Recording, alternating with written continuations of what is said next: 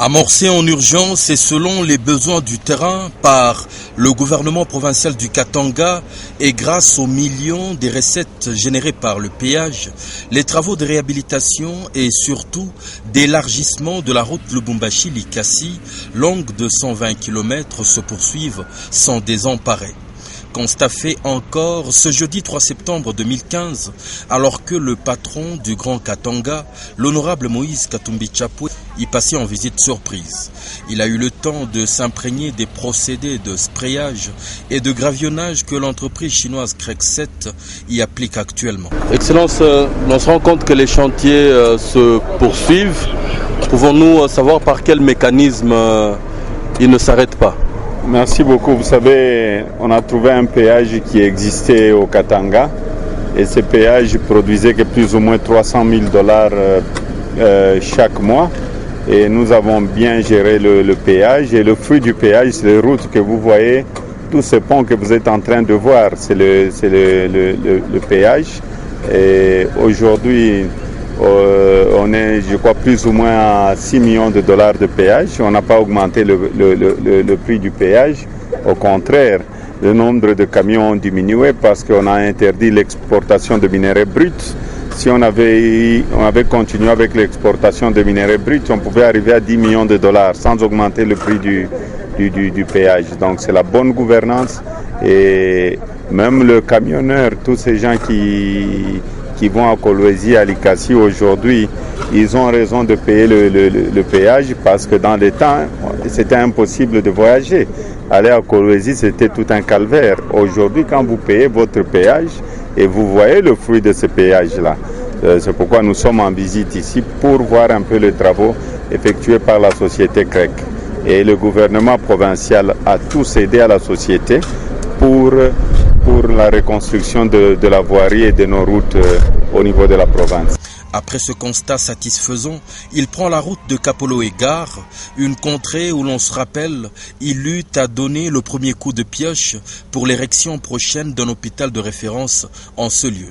Fidèle à sa réputation d'homme de parole, ici également l'honorable Moïse Katumbi Chapwe fait mouche.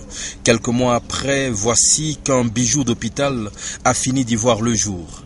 Une merveilleuse infrastructure moderne au cœur d'un village, forte de 90 lits et dotée de tous les services médicaux et chirurgicaux de base, apte à dispenser des soins aux 100 000 âmes de ce coin. C'est le tout premier hôpital moderne à jamais y voir le jour. L'UNFPA a également aidé à l'équiper avec la participation d'une entreprise minière.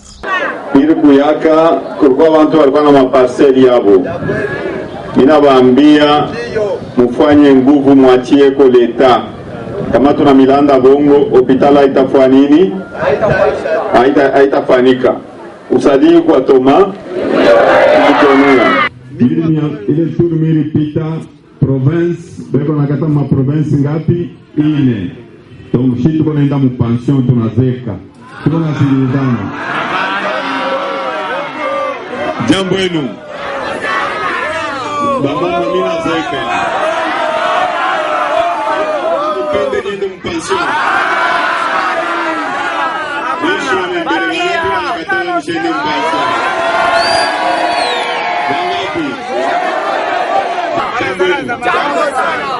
il est temps pour tout. Tunasikilizana. Alors, ile mine milomba, il faut m'accompagner bale ba gouverneur ba sasa batakuya. Tunasikilizana.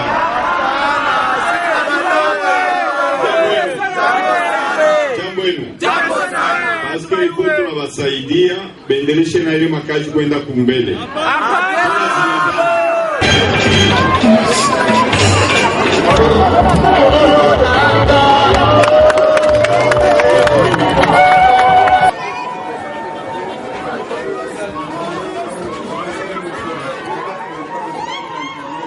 Itatusaidia sana kwa kufuatana, tunaangalia tunateswa sana. Tunaweza enda kwa mission Kapolo wetu tunaenda batu wanatufanya balabala la mugulu.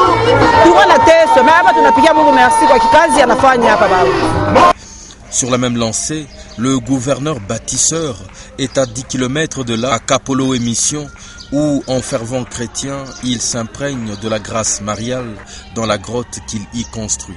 Suivra la visite détaillée du bloc opératoire ultramoderne que le gouvernement provincial du Katanga fait construire au cœur de l'hôpital général de référence de Kapoloé Mission, en hissant les promesses d'un hôpital de grande classe, comme on s'y est déjà habitué dans le Grand Katanga.